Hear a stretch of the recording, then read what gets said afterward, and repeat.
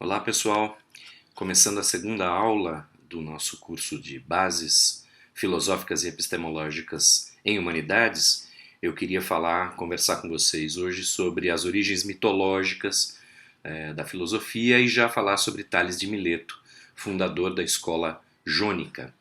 Há alguns relatos, algumas narrativas de que os primeiros filósofos da região da Grécia teriam trazido do Oriente os conhecimentos iniciais que entraram na história como gregos. Isso parece ser um exagero. Não se pode negar a existência de um conjunto de influências no pensamento dos pré-socráticos. Pelo contrário, o pensamento floresce sempre em ambientes diversos, com a confluência de ideias e concepções diferentes que possam ser envolvida entre os babilônios, assim como a geometria era mais desenvolvida entre os egípcios, para ficar em dois exemplos. Mas também é verdade que esses conhecimentos eram instrumentais para esses povos. As tabelas astronômicas babilônias eram eram meramente usadas para suas observações astrológicas, religiosas. Da mesma forma que a geometria egípcia era simplesmente uma técnica para medir terras entre as cheias do rio Nilo. E é aí que aparece o grande diferencial do conhecimento filosófico grego em relação às diversas formas de conhecimento religioso, estatal, mitológico dos outros povos. O caráter especulativo e científico do pensamento grego é inédito. O pensamento grego é extremamente abstrato, não necessariamente associado à experiência sensível, mas também, e não necessariamente aplicado para resolver algum problema no mundo real, mas também pode. Não necessariamente, tá? Não é subordinado, esse pensamento não é subordinado a uma prática. A sabedoria oriental era religiosa. Sua base, seu único fundamento, era a tradição. Já essa nova forma de conhecimento, nas palavras de Abagnano, a filosofia grega, ao invés, é pesquisa. Esta nasce de um ato fundamental de liberdade frente à tradição, ao costume e a toda a crença aceita como tal. O seu fundamento é que o homem não possui a sabedoria, mas deve procurá-la. Não é sofia, perseguição direta no encalço da verdade para além dos costumes, das tradições e das aparências. Já nas palavras de Damaral, a filosofia é uma invenção grega. A palavra é datada.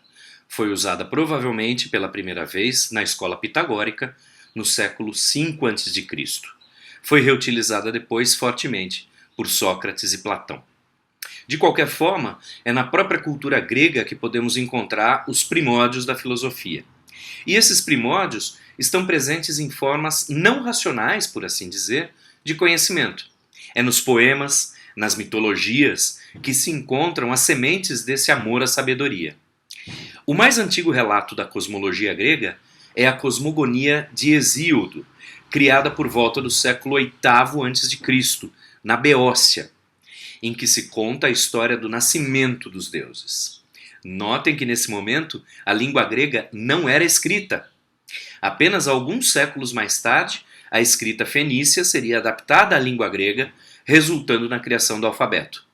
Tanto a cosmogonia de Hesíodo quanto a Ilíada e a Odisseia de Homero foram compostas e eram decoradas e cantadas. Esses autores eram chamados de aedos, cantores, poetas que praticavam o culto da deusa Mnemosine, a memória. Voltando, já no segundo capítulo da Cosmogonia, as musas contam para Hesíodo, que foi o autor e é o personagem principal do poema: sim, bem primeiro nasceu Caos, depois também terra de amplo seio, de todos sede irresvalável sempre, dos imortais que têm a cabeça do Olimpo nevado, e Tártaro nevoento, no fundo do chão de amplas vias, e Eros, o mais belo entre deuses imortais, solta membros dos deuses todos e dos homens todos, ele doma no peito o espírito e a prudente vontade. Ora, Hesíodo está procurando por um princípio das coisas. Quando diz que veio primeiro o caos, depois a terra, Gaia, depois Tártaro, a escuridão, depois Eros, o amor, o mais belo dos deuses imortais. Essa é uma questão filosófica. Qual é a origem das coisas? Como se estruturam as coisas? Como se estruturaram? O ponto é, a pergunta é filosófica, mas a resposta ainda é mítica. Essas grandezas, concretas como a terra, abstratas como o amor, etéreas como o caos, são descritas como seres, são personificadas como entidades místicas ou míticas. Da mesma forma, na Odisseia de Homero, que viveu na Jônia, existe implícita na narrativa a noção de que existe algum tipo de justiça universal. Uma lei implícita que, em última instância, faz com que os justos triunfem e os injustos sejam punidos. Os deuses são volúveis, têm suas próprias personalidades e desejos. Eles usam os humanos para seus próprios fins. Mas, ao mesmo tempo, os deuses são os garantidores de que, no final das contas, vai haver alguma forma de justiça. De qualquer forma, em breve veremos que a questão do justo, da justiça, é uma questão filosófica por excelência. Porém, ainda nesse período inicial, mesmo que a questão já seja filosófica, a sua resposta é poética, mítica, ainda não seguindo uma racionalidade científica. E é a partir do século VI a.C. que se inicia esse novo modo de pensar. Na verdade, na Jônia, costa ocidental da atual Turquia, onde os gregos chegaram por volta do século XI a.C., fugindo de ataques de um povo chamado de Dórios, ou Dóricos. Mileto era uma das cidades mais importantes da Jônia. Sendo um porto situado na foz do rio Meandro, seus habitantes estavam expostos ao contato com várias culturas diferentes, recebendo viajantes do Egito, do Oriente e de outras regiões com assentamentos gregos, como a cidade de Síbaris, ao sul da Península Itálica. Tales, nascido em Mileto em 624 ou 623 a.C., de ascendência fenícia, foi político, astrônomo, matemático e físico, além de ser considerado por alguns pesquisadores, e aqui eu cito o professor Peter Adamson do King's College, como o primeiro filósofo ocidental. A maior parte das histórias que conhecemos sobre Tales e sobre outros pré-socráticos nos chegam a partir de fontes indiretas. Platão, alguns séculos depois, conta, por exemplo, que Tales uma vez estava tão distraído divagando e andando que acabou caindo num poço. Não temos como saber se o caso é real, ou uma alegoria que serve para Platão afirmar um descolamento dos filósofos com o mundo que os cerca. Isso é chamado de testemunho. Aristóteles será uma fonte de diversos testemunhos, mas nem sempre fica claro para nós se o que Aristóteles pensava que um determinado autor pensava era mesmo o que ele pensava. As fontes diretas do pensamento dos pré-socráticos são o que chamamos de fragmentos, trechos antigos de textos copiados e recopiados por copistas. Outras vezes, as palavras de um autor antigo eram colocadas em versos, pela maior facilidade em decorar e passar a história adiante. De qualquer forma, o nome de Tales já era importante ao tempo de Platão e Aristóteles, por volta de 3 séculos depois. Famoso por ter previsto um eclipse solar em 585 a.C., esse conhecimento possivelmente foi recebido por viajantes na forma de tabelas astronômicas babilônicas. De qualquer maneira, há evidências de que talvez ele tenha ido em pessoa ao Egito. De lá, pode ter trazido técnicas ainda não conhecidas pelos povos gregos. Aparentemente, Tales não escreveu nenhum tratado, como conhecemos os textos de filosofia hoje em dia. Mas algumas fontes afirmam que ele escreveu um livro sobre navegação e o mar. Lembrem-se, a separação entre filosofia e ciência é muito mais recente e, possivelmente, não seria reconhecida pelos filósofos gregos. Então não tem nada de estranho em dizer que Tales escreve um livro sobre navegação enquanto que ele demonstra teoremas de matemática. Independente do que ele tenha escrito ou não, Tales foi a primeira pessoa a ser conhecida por sua análise autônoma da natureza, que hoje chamaríamos de científica e, portanto, nesse contexto, filosófica. De importância para nós, nesse curso, para além do seu famoso teorema e outros teoremas que demonstrou, para além de seus estudos sobre as propriedades magnéticas dos ímãs, etc., Tales parece prenunciar uma discussão que será muito cara aos filósofos que o seguirão. A discussão sobre qual é a base, o fundamento da matéria que forma o mundo. Para além das diferenças aparentes entre os objetos que compõem a natureza e sua mutabilidade, os pré-socráticos buscam a unidade que subjaz à natureza. Nas palavras de Abagnano, a única substância que constitui o seu ser, a única lei que regula o seu devir. A substância é, para os pré-socráticos, a matéria de que todas as coisas se compõem, mas é também a força que explica a sua composição, o seu nascimento, a sua morte e a sua perpétua mudança. Essa discussão é, para os nossos propósitos, de importância capital. As discussões sobre a substância, sobre a natureza mais profunda da matéria e principalmente a natureza do ser, vão ser definidoras daquilo que hoje entendemos por cultura grega. Citando Márcio Tavares do Amaral, umas linhas muito bonitas, quando pensamos em contar a nossa história pela boca da filosofia, olhamos diretamente para um dia em que Tales, em Mileto, na Ásia Menor, abriu sua janela sobre o mar Egeu, liso como uma placa d'água, fumegando para um céu iluminado pelo seu fogo solar, e, da terra em que se encontrava, abismado nessa contemplação, decidiu que não podia abrir mão da diversidade desses 4 elementos, e haveria de encontrar a unidade reinante entre eles, para, também, não se dissolver na sua demasia.